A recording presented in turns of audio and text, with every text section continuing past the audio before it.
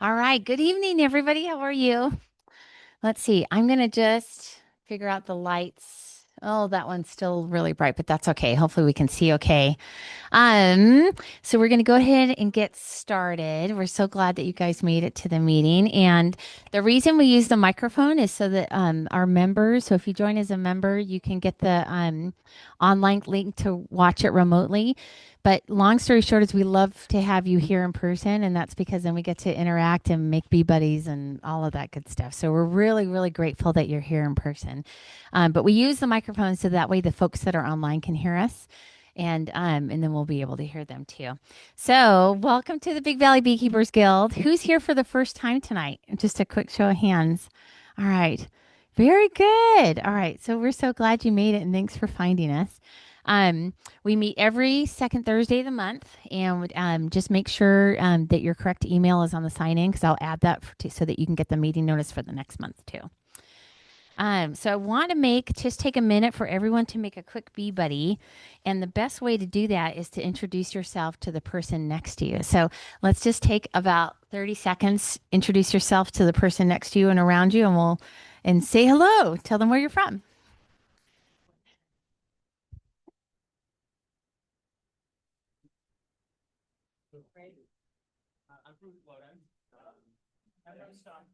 Oh, very good.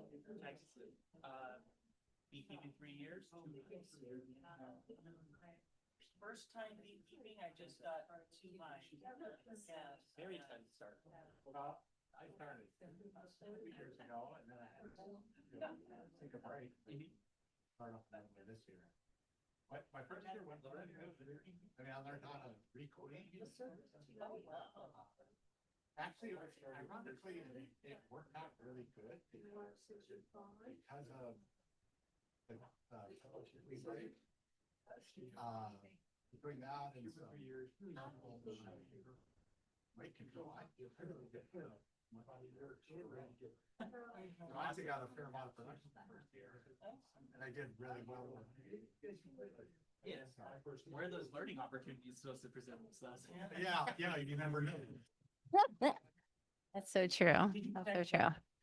All right.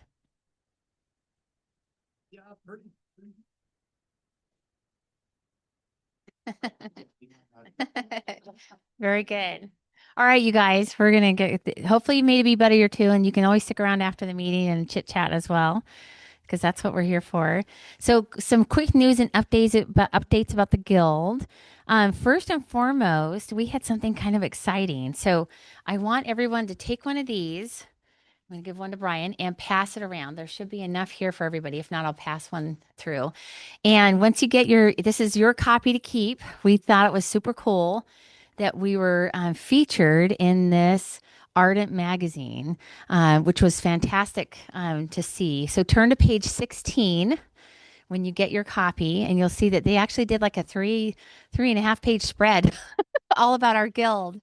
So we thought that was super cool, and we wanted to share that tonight as something kind of fun. It's always good for us to try and get the word out, especially when it comes to beekeeping, and I'm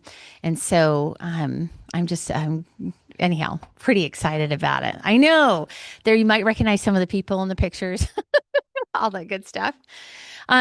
So don't ever forget about our educational hives. We do have 4 hives out at Jesse's Grove, and we will start opening them up periodically. And that you have to be a member that helps us support the hives. And then you get to come out with us as many times as you like to either lend a helping hand or see bees live up close. As far as volunteers, we need volunteers constantly. That's always our big search. And we're so grateful for our volunteers tonight. So Judy and Ernie come here early each month to help us set up the room. And then they'll give us direction at the end of the night to help us, clean up the room. And then many thanks to Deborah. She was the one that helped get you signed in more than likely and get your raffle ticket if we have a raffle going on tonight. We try to do a door prize drawing each time. If you could, make sure you silence your cell phones during the meeting. And I have to do that on mine as well. So that's just a quick reminder. And I wanted to introduce our board members that are here. So we have myself, Cherie. We also have Bill. who's in the red shirt.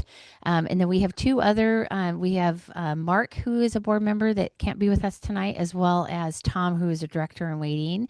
And then I'm pointing out Judy because she's a past board member. So we're always grateful that she's still working with us and everything. But we always need some help in board members and volunteers. So one of our volunteer opportunities coming up later this month is we are doing our annual beginning beekeeping student field day on April 26th. It was going to be happening this Sunday, but unfortunately the weather had other plans for us. But on the 26th, we'll need help from folks to help them sign in, get their waivers done, double check that they have the right equipment, help them, get back and forth from the parking lot to the hives.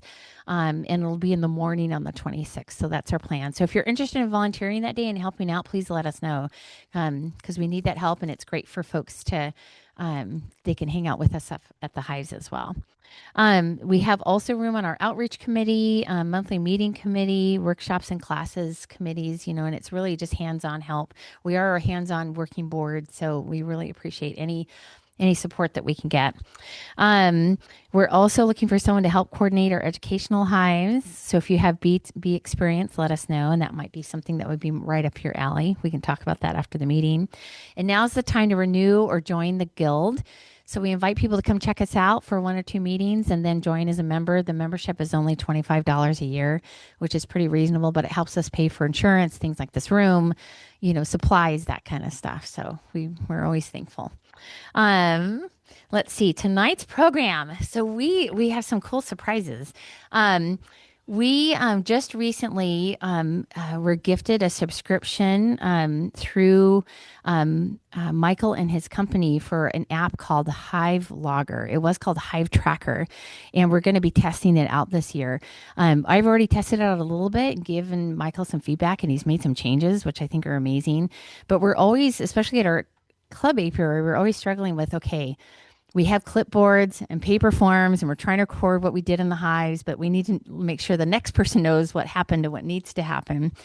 So we're going to be testing out the Hive Trackr, or now the Hive Logger, to help us communicate about the hives and record, tasks and those kinds of things.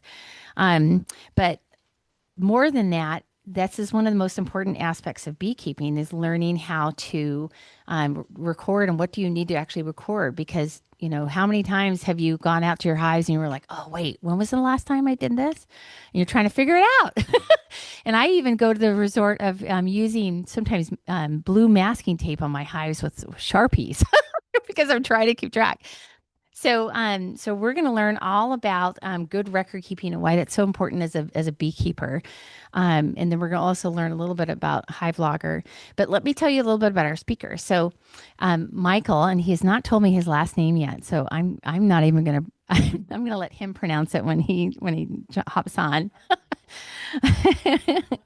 So Michael, he is a mechanical engineer, an app developer, and founder of Appco LLC, which is a mobile software and product development company he founded in 2015. He actually holds a bachelor's degree in mechanical engineering from the University of Wisconsin-Madison and a graduate degree in mechanical engineering, especially product design, from UC Berkeley.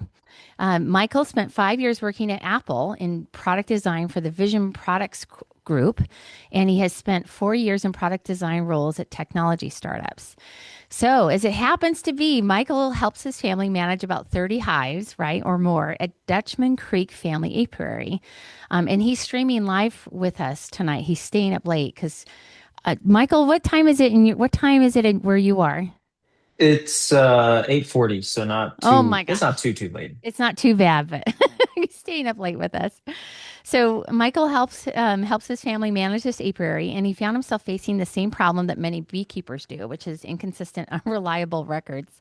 The struggle led him to build the Hive Logger, which is a mobile app designed to make it faster and easier than ever, really, and to keep really good records. And so we get to learn about that too. But with that, Michael, we're so glad you're here. I'm going to stop sharing and let you share. And if you have any questions as we go through, either raise your hand or say Cherie or something. And because he would love it if we can keep our questions to the slides, right? That he happens to be on. Of course, we'll have some Q&A at the end. And for those of you online as well, you can put your questions in the chat as well. And we'll keep an eye on those on our end. So with that, I'm going to stop sharing. Did I forget anything, Bill, or anything? Nope. Okay. Excellent. All right. I'm going to stop sharing. There's Michael. Hi, Michael. All right. It's all yours. He's going to share next. I'll try this cutout thing, see if it works good or not. Let's move Oh, there we go. this. It looks good. And you're even like, your Oh, face is even on your slides. Like, yeah, I don't know if that's good or bad. I clicked that option. I don't know if I like it or not. We'll see. oh, no, this is kind of cool because I'm gonna lessen my screen on my end. So your pictures are, there we go. All right. Very good. Cool. Let's see if I can expand this so I can Clicker see hit everyone slowly. better. Okay. If it's in a bad, I might actually turn it off because I'm wondering if it's going to be in a bad spot. And the only way Oh, to might I have to be. That's stop okay. because I can't control it. Okay. I've not seen So that feature before, so that was kind of, that was interesting. where did Oh, there we go. Okay. okay. All right. Cool. So yeah, thanks for the great introduction. That covered a lot of the stuff. I have a next slide on just who I am, but yeah, I'm going to cover tonight the importance and power of Hive records and just how tracking even just a little bit can really help your beekeeping. So like Cherie said, I uh, help my family out. So it's me and my parents. Right now we're at 50 hives, but we're in the process of selling off about like 20, trying to get to like 25 or 30. Because 50 last year was too much of a full-time job for the time we had. And kind of how it started for us was we struggled really with like consistent, reliable records. We sharpied on the lid for a bit. We tried some blue masking tape. We tried notebooks, things like that. And we always would have this problem as we got up in hives, even when we were at like 5 or 10, of like, oh, I want to get through, all five of my hives today. I don't have time to write in this notebook, or I like scribble on the lid quick and then I come back to it and it's like, I don't know what that is. I have no idea what it is. So because of that, I ended up building a prototype of a faster system, and that eventually transitioned into HiveLogger. And like Shrew mentioned, formerly, I don't know what the ding was. Sorry. Um, and it was formerly Hive Trackr. I just recently renamed it in the last like month or so. So before we talk about Hive Logger stuff, going over the importance of tracking. So maybe I have to click.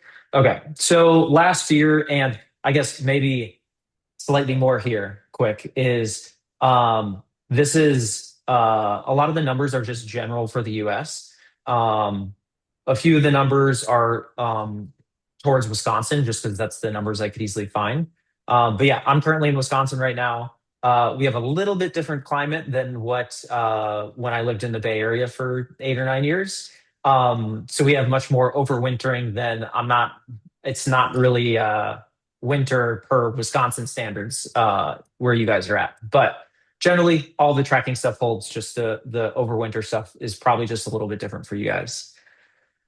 So in 2024, 2025, I'm sure a lot of you know there's just been some really, really high loss rates, especially over winter for us. And that's kind of the highest it's ever been. I know this year I've seen some statistics, but not the official ones.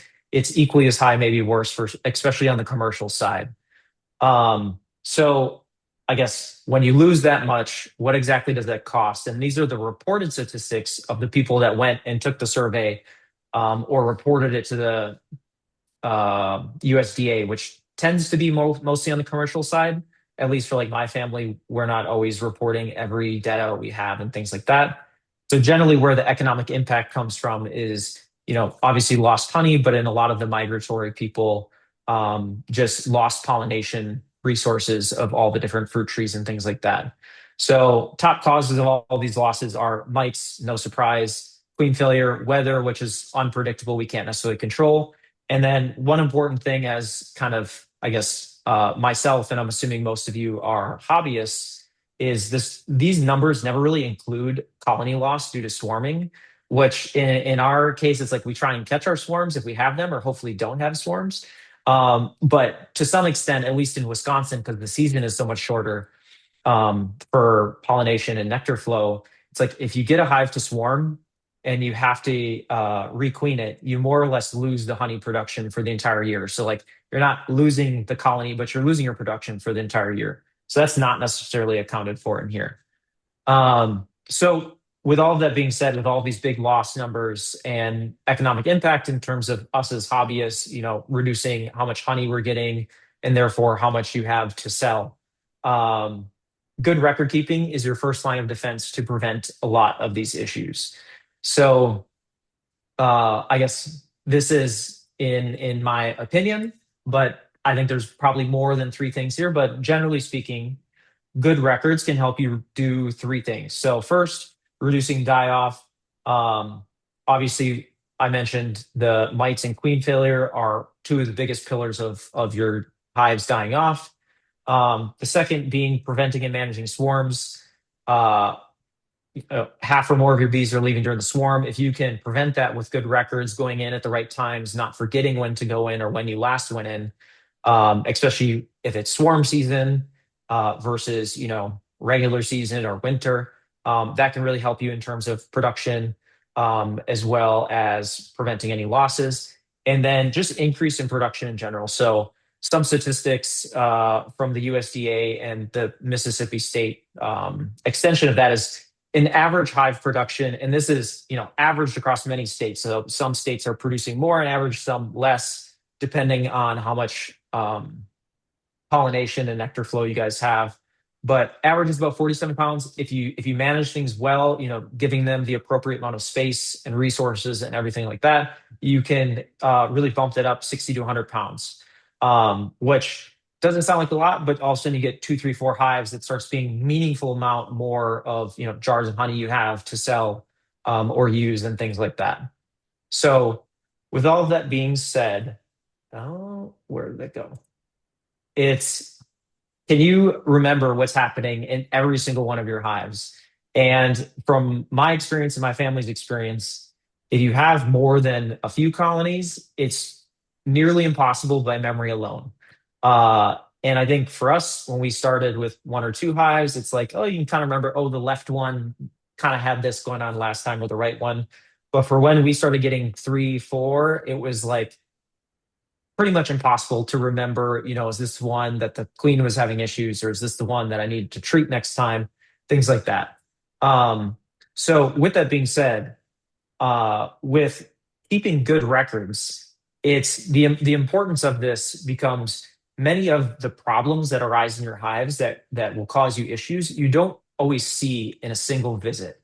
And if you don't have a record of your previous visits, it's really hard to know what action to take and when to take that action. So just one example here is, spotty brood. It's if you see it one time, maybe you're in just, when they were cleaning out a bunch of cells, maybe it is spotty brood, but generally you're not going to requeen after just seeing it the first time. Um, so having records where, usually at least the, you know, high level recommendation, everything is, hand wavy to an extent. Sometimes you do it before, sometimes after, but generally speaking, it's if you're seeing spotty brood for the third time, you should really be requeening your hive because the queen is starting to fail, especially for Wisconsin. And I'm not sure about you guys when you guys go through a bunch of dearth in the winters or whatever time of year that specifically is. But it's like the queen's likely going to fail for us in Wisconsin. If you don't requeen her, you're generally just the hive's going to die over winter. So the importance here with just any sort of record is one inspection kind of is like, is this a problem or not? Three, or just any sort of consistent records really gives you a pattern to go off of to make sure that you're taking the right action when your hives need it. So along those lines as well, when we're all doing these treatments, it's trying to decide both when is your treatment effective and working. I guess for us, it's yeah, with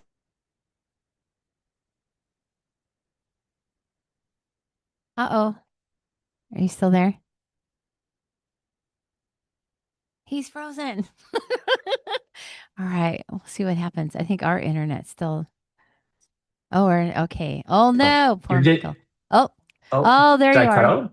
Michael. How long Yes, did? you Oh froze. no. You froze for just about 30 seconds for this slide. Go So back we. for this one or good on Oh this no, one? that one we're good on that one. So Okay. yes, yep. Go to Sorry. the next one. Okay. There you go. So I'll do a quick start over. Pretty much with treatments, it's okay. Oh, I see. That's just a It's wave just room. us. Okay. Cool. So with treatments, the importance of keeping records on your treatments is just, is my treatment working? Is it not? All of a sudden you do a mite wash and you're getting, a count of five or count of seven. It's like, well, is that bad? I guess it depends. Before your treatment, did you start at 10? Did you start at more? Was this a really bad mite problem and now it's coming down? And is my treatment working? Or, did I get a count of seven and I treated and I still have a count of seven? My treatment's not working. I might need to try a different treatment style or something like that. So without records, especially with treatments, it's like you can't really evaluate your efficacy of what you're doing. Is it actually working, or is it not? Um, so just having some sort of record of where approximately is my mat count at, or exactly where it's at, can be super super beneficial. Um, another oh wow, that's loud. Let's try and mute it. Okay, sorry. The loud swarm sound was coming through. So that's swarm from my family apiary, my family's apiary. So for us, for post swarm management, having good records can be super helpful. So a lot of times when we get a swarm, which obviously we don't want, but if we do get one and we see a capped queen cell, we don't want to be digging through that hive uh, too much to not wreck the queen cell or cause any sort of issues before she emerges, goes out and mates and comes back. So the problem in which we've had when we've had bad records is we go in too early, we've squashed some of the cells, and then ended up going queenless and needing to purchase a queen or something like that. We've also done it where it's like, let's just leave that one, it'll be fine. And then we come back, too long later, and we end up having a failed mate, or the queen just never comes back, or who knows exactly what happened. But we would get a laying worker, and then that's a whole nother mess where all of a sudden now you have a bunch of your laying frames are turning into drone frames and things like that. So keeping these timings on like when you're going into hives and when you need to go in next, not just with swarms, but with many different scenarios, is key to prevent causing additional issues over the course of the season. Um, so then, at least for this is a problem we have in Wisconsin. Sometimes I'm sure it's not unique to just the Midwest, but we have done this where we get our supers, they're like 80% capped. It's like, oh, this is good. We just need a few more days. 5 days will be good. We then maybe write something down, maybe not, because we're like, we'll have time in 5 days to do this. Totally forget. Then we'll come back 10 days later and they've already started uncapping it because they're pulling it down into the brood boxes for winter. So um, the timing, once again, is critical, and knowing, having these hive records to at least write on a calendar of, I was in this hive this day, or these five hives, I should really look at them again in 10 days, or however many days you prefer, can be critical to optimize your honey production, and all of the other things I was mentioning. So just to go over a few other quick examples that have come up in our beekeeping. um, Overdue inspections in swarm season, at least for us, there's a tight window where if you're not going in often enough, your most or all of your hives are going to swarm.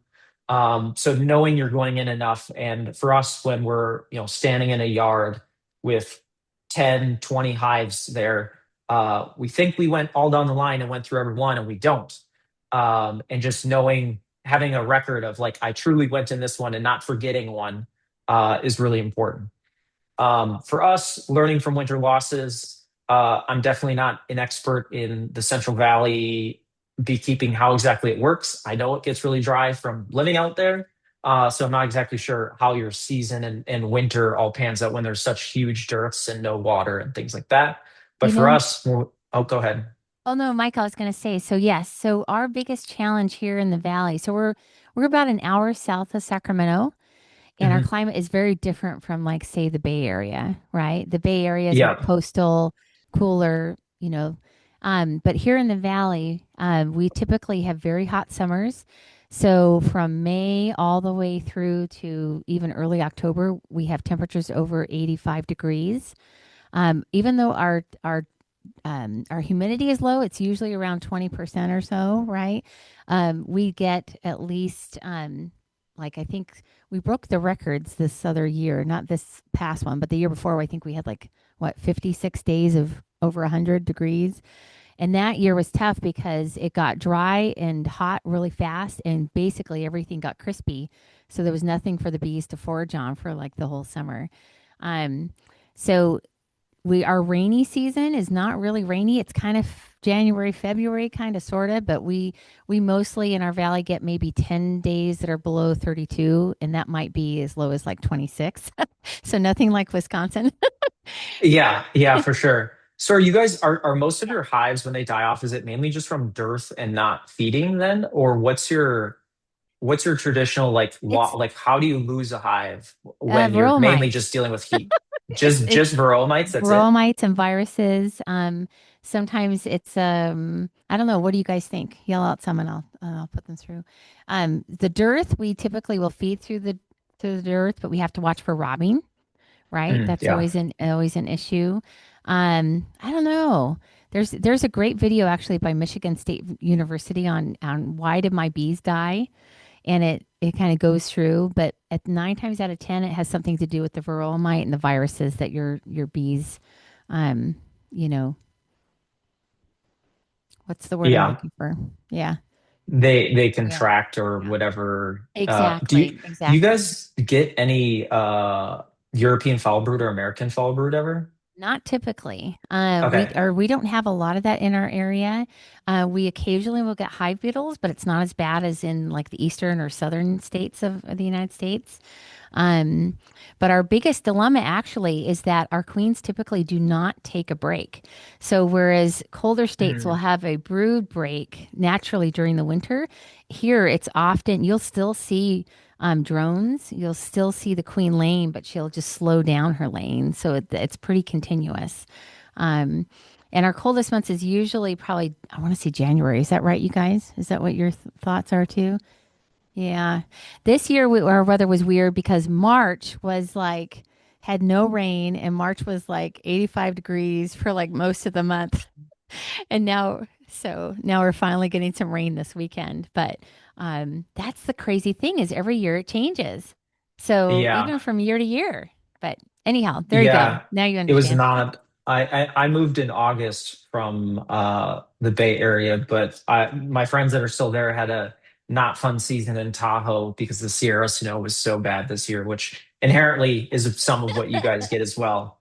Yeah. We're mostly, yeah, we're about 2 hours from Tahoe. Yeah, about 2 hours. Yeah. Yeah. Oh, very good. Cool. Yeah. So I guess in terms of specific to Wisconsin, when we get winter losses, like I guess for you guys, if it's just feral mites, that makes life a little bit easier diagnosing a loss. For us, it gets a lot trickier because there's all sorts of things that can happen where if your cluster gets too small and they die because they can't move to the food, and they starve out, or the queen just generally fails, or a bunch of different things I won't go over since it's not relevant to you guys. And then the last thing that's important for, I guess, just in general, I guess, especially for mites too, is just having records in terms of your queen lineage, whether or not you're queen rearing. I think it's still important to know kind of your queen lineage and how you're performing. I guess for us, it's not that we're doing a bunch of queen rearing at 50 hives, but it is where it's like, oh, all of a sudden I need to do a split in spring, or I have all sorts of different things where I'm splitting, or I need a new queen. What should I pull a frame of brood from to have the new queen to drop into a hive that went queenless?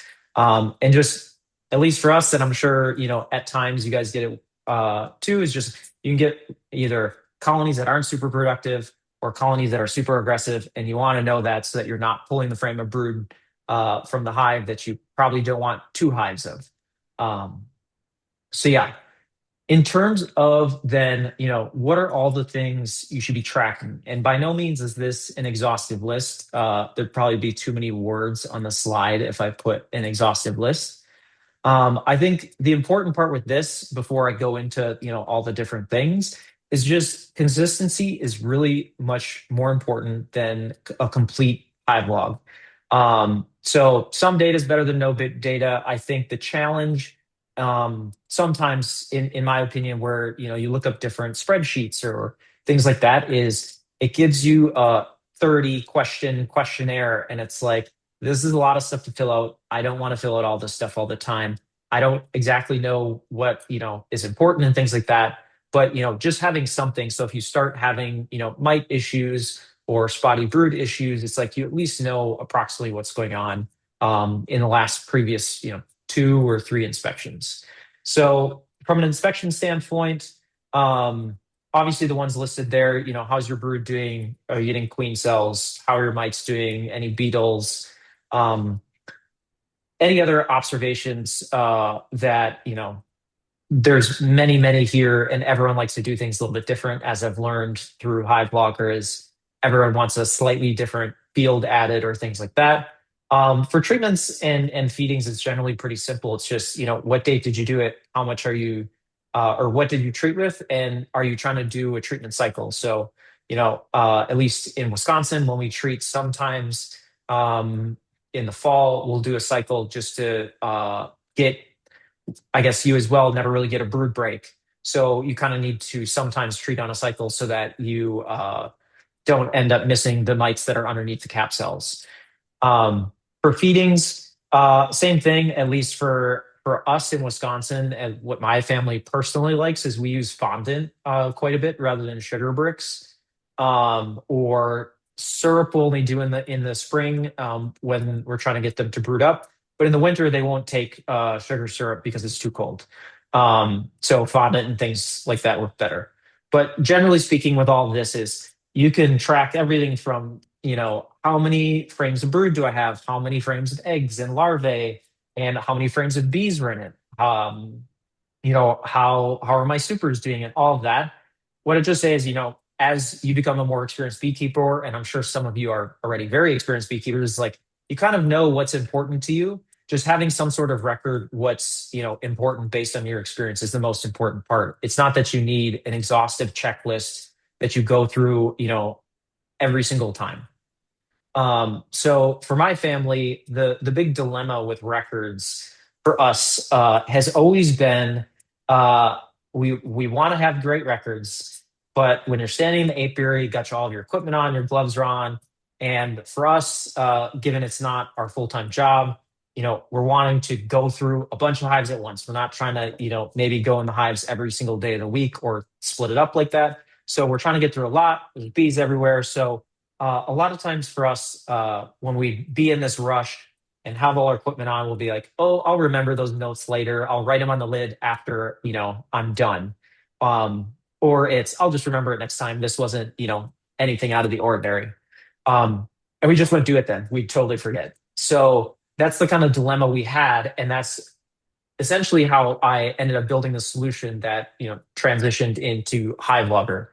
And the whole goal with HiveLogger is logging your hives in 30 seconds or less. I want this to be, as comprehensive as I can in terms of a log, but also as fast as possible. And I think for us personally, in our experience, that the speed is one of the critical things. If it's fast, really easy to do, I'm going to do it every single time. If it's slow, if I'm required to fill out 30 questions, we stopped doing it and didn't use it. So the way in which I've approached this is from the frame of speed. And there's 3 main ways I've achieved this 30 seconds or less. And I'll go into each of these in a little bit more detail and show some demos. But generally speaking, it's hang a QR code on the back of all of your hives. When you scan those, it immediately pulls up a log like what's shown on the right.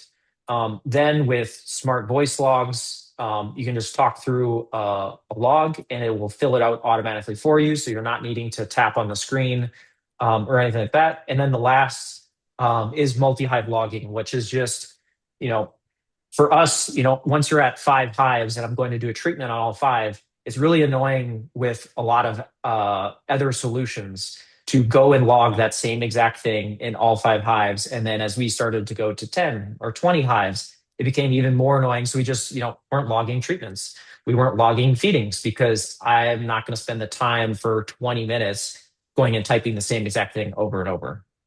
So from the scanning perspective, I kind of mentioned this, but attaching QR codes to your Hive and this like will instantly open a log with your phone camera.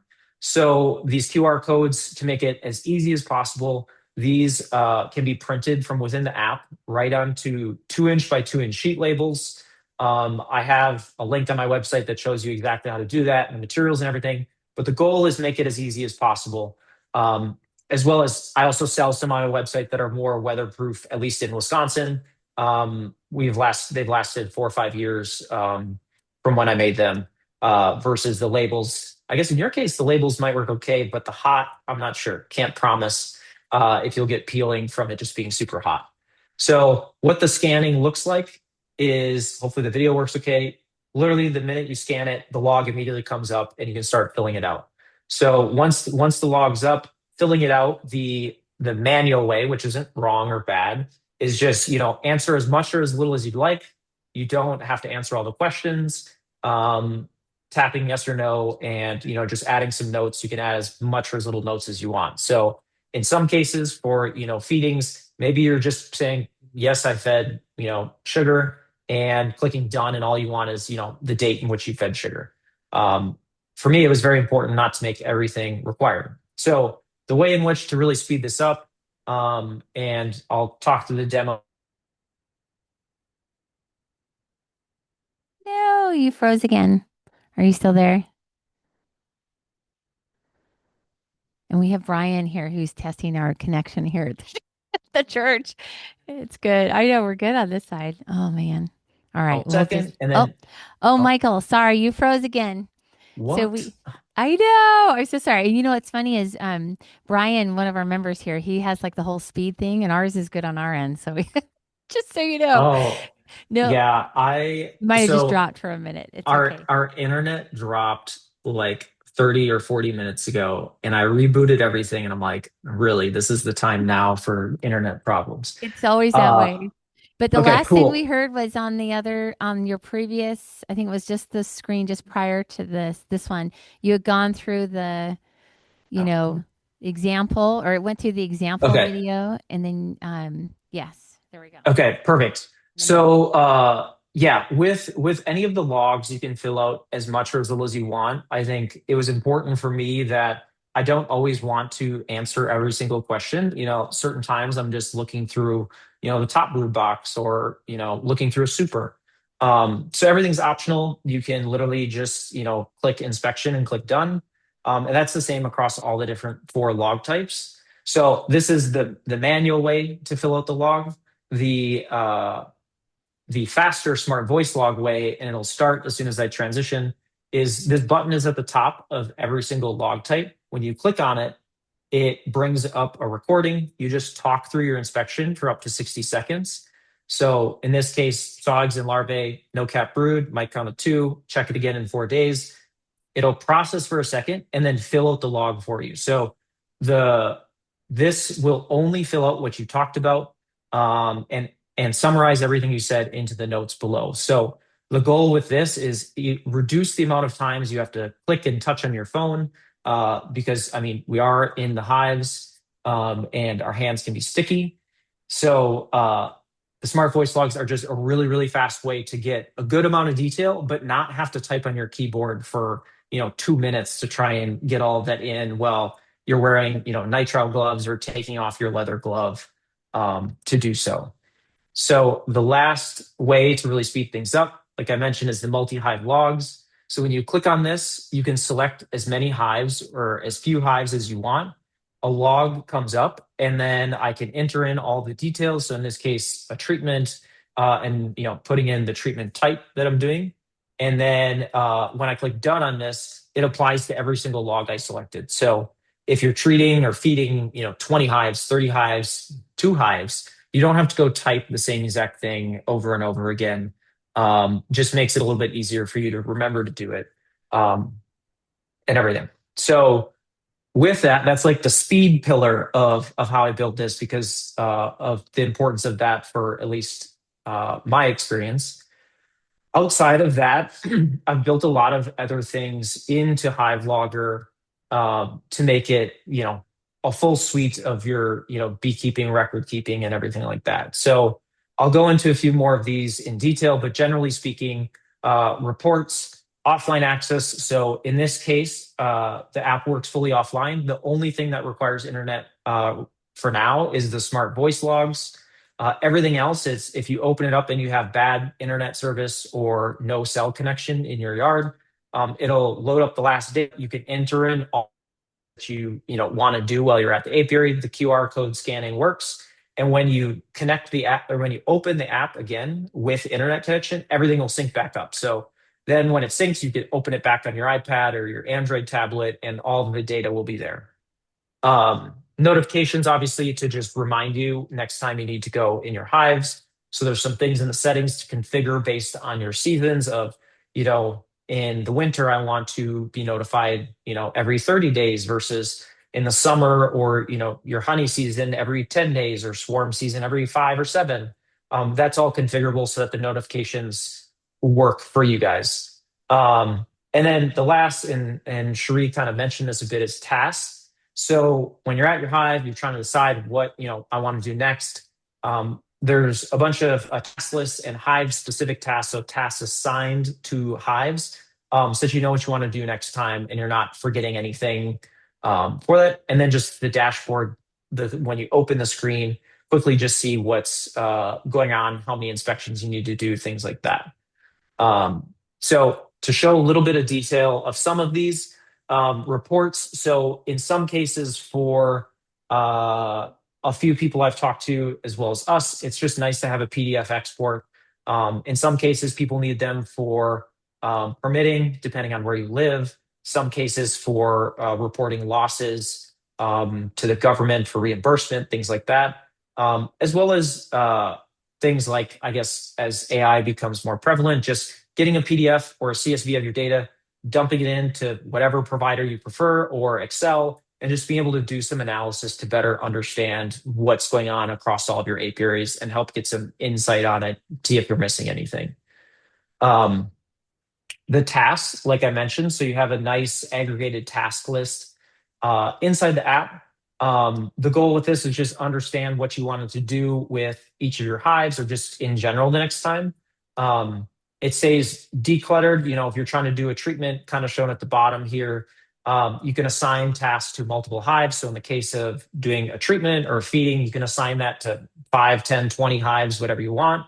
And it aggregates them all together so you're not seeing this list of 1,000 items that you need to get things done on. So to make it easier, let's say I'm going out to one of my hives, and rather than scrolling through this list and trying to find the exact, tasks that I had assigned to that hive, you can also see all of this right inside each hive's, I guess, view, along with its queen details and other info that you want to add for it. So task list is very accessible, super useful when you're just, trying to remember to, add a super next time you're at your yard or, put the excluder on, things like that.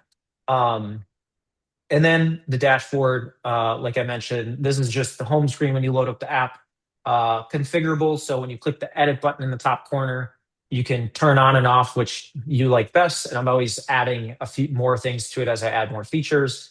But generally speaking, just gives you a really quick glance of, how many inspections you have due are over the timeline specified in the settings. Do you have any tasks due and queenless hives? And generate those reports and things like that from there. So to, I guess, start wrapping up some stuff. So what exactly does this cost? So the free tier is one hive and one apiary for free. And the pro version gives you a 30-day free trial. You can try everything, the smart voice logs, unlimited hives, and then it's $35 a year or $3.49 a month. And that gets you unlimited hives and apiaries, the QR scanning just as the free plan and the offline mode as well. And then the pro version also gives you the voice logs and the reporting features.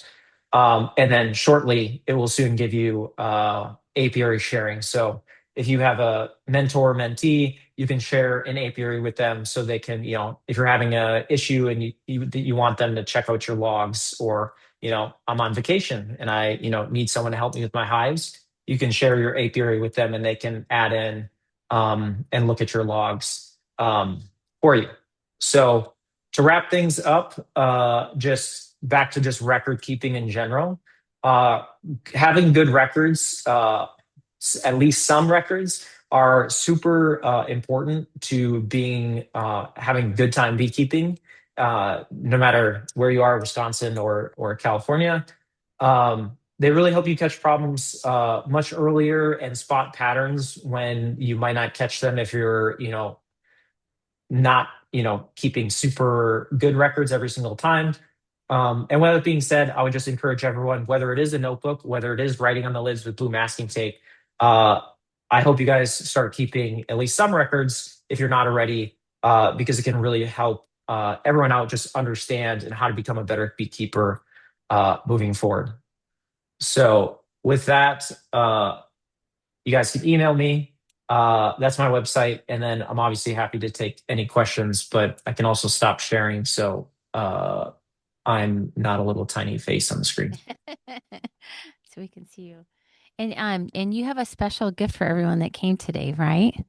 Oh, yeah. So everyone that I guess is in person, and if there's some left over, maybe next time for anyone that couldn't show up today, I have a weatherproof QR code for I based on how many people I see, I think there should be enough for everyone. I do. Um, In fact, I think we have enough if you want to take one or two.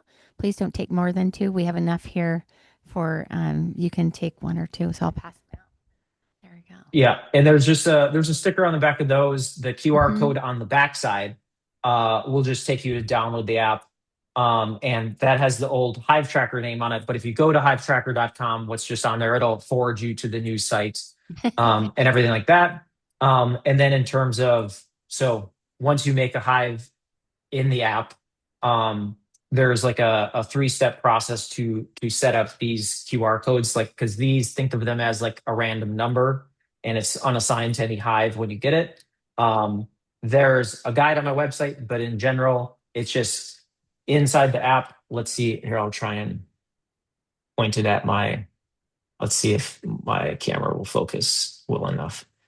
So in here, all your, oh, let's Oh yeah. focus, No, bring it it's close to doing my pretty good. face. So you just have to click on your hive. And then if you scroll down, there's a QR code button. And I click on this, there's a replace. And when I click replace, it just brings up the scanner. I'm not sure if this one's assigned, to be honest. And then it says success. So now when that happens, there's instructions on my website for this. Or to be honest, if you scan one of these QR codes, if this one's not assigned, it'll tell you, it'll say not assigned, and you can click the see setup instructions, and that'll go right to my website of how to set these up. And that's just for these weatherproof ones that'll last you a little bit longer. If you print them from within the app, they'll be auto assigned to the hives that you select to print them from. So depending on the route you go, it's I guess hopefully as easy as possible. Well, and you've definitely made it easy. So the cool thing is that these, and he did let us know that those can you can use a number four screw to attach. That's a good size to attach them to your hive. But if you don't want to, if you have more hives than that, you can actually, when you sign up and when you get your app going, you can actually print out the QR codes for any more hives that you have and stuff too. So you don't have to use the plastic ones, right? The upgraded ones and stuff too. But oh Yeah. yeah, Oh, yeah. there you go. So I'm in the settings on the bottom. There's two buttons. There's either print, and that'll just bring you to, I'm trying to do this backwards mirrored.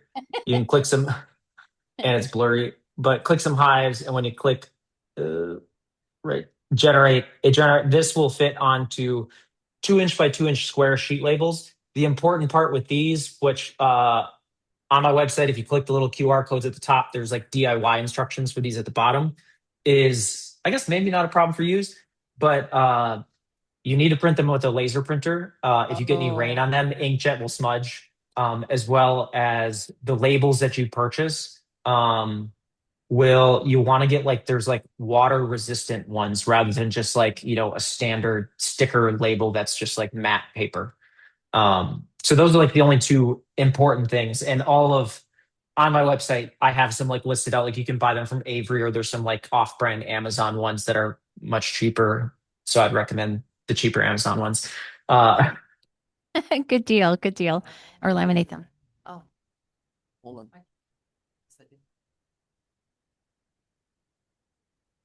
I noticed in the app you can also click a button and order more of these hard plastic ones and from right yep. from the app. Correct. Yeah. So the button right under the print is like uh order more and it'll just jump right to my website store and I'll ship them to you. And then for these, and everyone likes to do something different. These don't have a number on it. The point is if I have a dead hive or something, I can move these. If I put a number on them, I end up with like 1,000 SKUs. So on my site, I also like I sell numbers. I don't have one sitting next to me, but it can be super helpful to just number your hives for letters, whatever you prefer, just so that when you walk up to a hive, you can kind of tell what it is. Wow, my camera's staying out of focus. So yeah, numbers are helpful. Some people like to use cow tags. If you have a printer, you can print some as well. It depends on the resources you have. Or like Shree mentioned, I've had a bunch of people when they print these, if you don't buy labels, also just laminate them as well as numbers, as long as you don't stick a nail through the paper portion of the lamination. They should last you enough, depending on, well, you guys with a lot of sun, I don't know how fast they'll fade. We'll test them out. Yeah. Right. So when you go to print your own labels, for example, if they were to get replaced, is the workflow to always replace them with a new tag, or can you reprint the same QR code? So for these or ones you print, so there's two ways to reuse a QR code. Um, if you delete a hive out of the app, like let's say I have my hive die and I just delete it, that will unassign whatever QR code you have to it, and you can then reuse that one. Some people that I've talked to like to keep their dead hives to keep those records, and they like make an apiary that's graveyard or something like that, so that they can just keep the records on, what exactly happened with that one that died on me. And then in that case, I'm shortly making a video of this, is if you go into the same, I'll show this, I'll get it close. So back in if I bring it close to my face, hopefully it's focused. Back in here, if I click on the QR code button, there's this red one that says generate new QR code. When I click on that, it disassociates whatever I have assigned to it and just creates a new random QR code for it. So, for example, if you do have one die, you can either delete the hive or click the QR code button if you're trying to save the records for the hive and just generate a new one. And then whatever you have printed will be now ready to use somewhere else and assigned. Yeah. All right. Oh yeah. More questions? Yeah. Oh yeah. Oh, and Alan, Alan was his winner at the silent auction. Okay. The question came up in my head was, okay, so the guild has some apiary, has an apiary with 4 hives on it, and each one's going to have a QR code, but not everybody is going to be the same people looking at the hive, each time we go to it. So is there a way to have the notes and everything transfer to whoever does the QR code? Well, Yep. so Alan, we actually, there will always be a board member out there at the hives, and the board members have access to the account so that they can, that we have in our app. So we'll be able sorry, You'll be able to share. not with all the members, but we'll be able to input the records, like input the So records for the hives. yeah, the way in which to do sharing right now is, so when it's in the case of husband, wife, or spouses. It's just if you log into the same account, you have the same data. I am right before this, I was working on implementing it. So hopefully in the next I won't promise a date, but the next week and a half or 2 weeks, there will be apiary sharing in the sense of you'll go in, you'll click on an apiary, and you'll be like, share this, and it'll you can text someone a link, and they click on that link, it'll open the app and be like, do you want to join this apiary? And then you can have up to 10 people sharing it. The important part that I'm currently doing is the plan for this is the owner of the apiary is the only person that can add and delete hives and delete the apiary, to just make sure that your mentee or someone you share it with isn't messing up your records too bad. But those people will be able to log your hives. So like in the case of my family, it's if we're on vacation and need some help from someone can create an account, log in, and log some records for you or see what you had going on. So that's kind of how it's going to work. And that is literally the next release that will happen, which will be better than just logging into a single account. And we may take advantage of that, right, with Michael, too, because right now the only person that needs to have access is whoever's leading that open hive day, and then everybody can contribute to the input to whatever that board member puts in for that hive for that day, as well as tasks for whoever's going to take the turn next, or maybe if we get someone to volunteer to be a coordinator of all of that. But I do have a question, is occasionally we want to be able to share a picture. We don't want, with, about our educational library, right? With whoever's going to see the hive next. Hey, this is a picture of the queen cell we saw, or something like that. Is there, when you do the sharing component, will there be a way to share a picture as well? And there might not be. I was just So right now, the photos as of now have intentionally been left out. The main reason, as many people know, is photo storage can get really expensive. And my goal starting out was to keep everything as affordable as possible. Some other solutions were in the end up being in the 70-80 dollar range. And like in my experience, that when you have 2 or 3 hives only at $80, it's kind of like that's too much for me. So I'm trying to keep the price down. I'm still determining the way in which I can affordably do photos, and that's in one of the next few features that I'm working on. The first few photo things I'll add is like you can add a photo of the hive in general, and then a photo of like the apiary in general. In terms of inspection photos, I think the challenge that I've had thus far, and curious on all of your input because everyone has a little bit different opinion, is when I've talked to people, certain people like to take photos of inspections and keep them. But then after, 3 or 4 months, they never go and look at them again.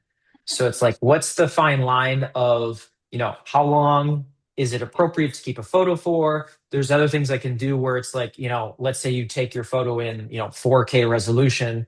I only save it in 1080 or save it in 720 or something like that. So like it's a fine line, and curious where it's like, how do you all use photos? Are you consistently using photos like to look back at to understand what you need to do next? Is it more of like it's just nice to have on weird scenarios? It's so, like, for instance, I don't think, like, for our club apiary, and I'll just speak to that first and then we can all kind of weigh in. So our club apiary, we already know we only have 4 hives, right? So we already know hive 1, 2, 3, 4. So we don't need a picture of the hive next to hive 1, in our Yeah. database. Um, it would just be silly, or even just the picture of the apiary. We would have no use for that. But what comes up is, hey, we saw, maybe we do have a weird frame, or a frame that has, I'm just random, a dozen, swarm cells on it or something. It's usually something unusual that we want to share with the next person that's going to inspect. So they'll Mm. know to either check on it the next time as a task. And that might be a way to do it. If there was a way to set like a maximum, low resolution, okay, low resolution, right? Yeah, because So I don't want to like make it so low resolution that then the photo's worthless. right, Because right, like if you're right. trying to take a photo of like eggs, you can't do a low resolution photo. Right. So, but I could see where it's like if we set a task for the next person opening up, say I go into the hives and then Bill's doing the next turn, and I'm like, hey, one of the tasks is this, and check on this. I could see us wanting to attach a picture. But quite honestly, as board members, we can just text each other pictures if we need to with the hive number. Because it does, you're right. Because one of the things I love about your app is the simplicity of it, and that it is quick, and that it doesn't have a lot of the, and I'm just going to say fluff that you see with a lot of other Hive tracking type record keeping apps. And for me, I don't need all the extra fluff stuff. I just want to know the nitty gritty. What did Bill find in the hives the last time? And what do I need to check for this next time? And that's literally what we're replacing. Because, how many of you have been out to the club apiary? Yeah, there's a few of you. So we literally have clipboards with these paper checkoff sheets for each date and what we see. And then as a board and as board members, we were trying to figure out what's the quickest, simplest way to communicate what we've seen so that the next person who takes the next turn knows how to lead the group and which hives to go into. And so this is a great way for us to test this and kind of, see how it works for our group. But here, we have two mics. So anybody else have any thoughts about how you would use pictures or anything? I personally use them mostly in the Menti form of when there's something oddity going out, but on like the regular log keeping, no. So I think the current standard's nice. I'll just add in a third tier for people that want to pay for the extra storage. That's one way I'm leaning, where there will be the pro version and then maybe like pro plus photos, and whatever the pricing might be, $5 or $10 extra a year, and then you can keep all your photos. Yeah, the goal is like I want it affordable and accessible to everyone. So if most people aren't going to use photos, I don't want to make them pay for it, a feature they don't want or need. So I unfortunately started with another app, a competitor, but that I don't use anymore. It was complicated, had too much stuff in it that just weighed me down. But it did have the photos, and I was using the photo app to add. But I found, you're right, I never went back to it, and I found it was just easier to take a picture, save it in my phone. If I needed to look back at it, I could go back and look. But for me, I probably don't use photos anymore. And if I did have to take a picture, it would just be saved in my phone, not the app. So, if that helps with any research. No, that's helpful. And I think so. I've heard a lot of what you're saying. I've also had people very, very passionate about photos that I've emailed with. So I think where I'm leaning now is I might add photos at some point, but like, in what seems like a few of your cases, like you guys shouldn't have to deal with the complexity or extra cost of photos if that's not something you want, which I think is fair.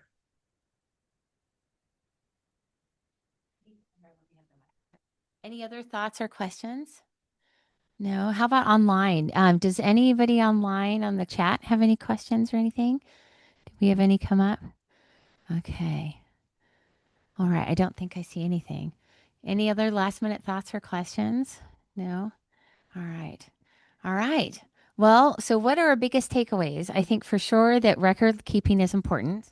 And I think a lot like what Michael talked about, which was, trying to remember, right? You're in such a hurry when you're out there with your hives. And then sometimes I would think, okay, I'm just going to write this all down at the end. And then I'd be all done. And I'm like, okay, what did I do to which, like which hive?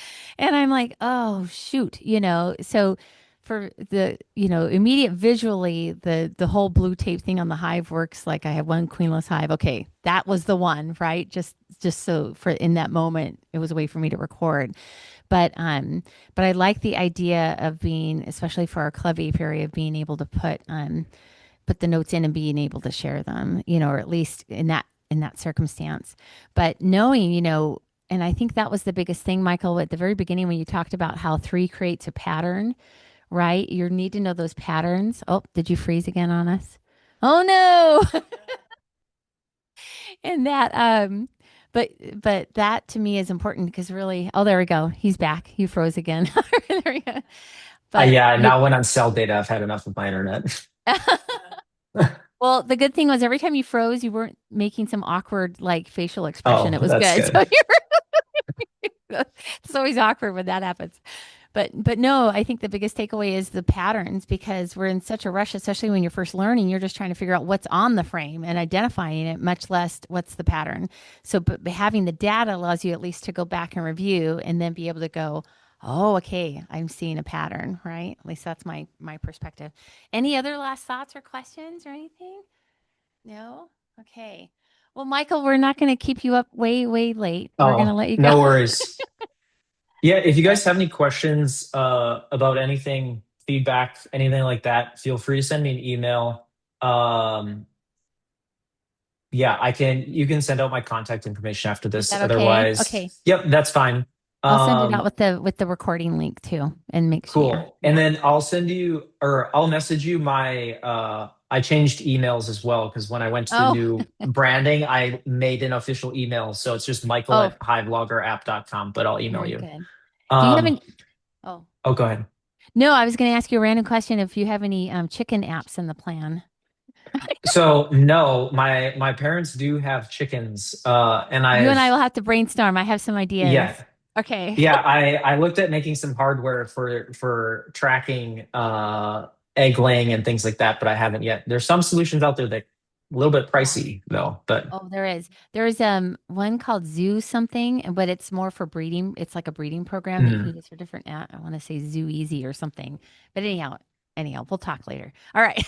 cool. All right. Perfect. Yeah, it was nice to meet everyone. Thank you. Feel free to send me an email You. if you have any questions. I appreciate it.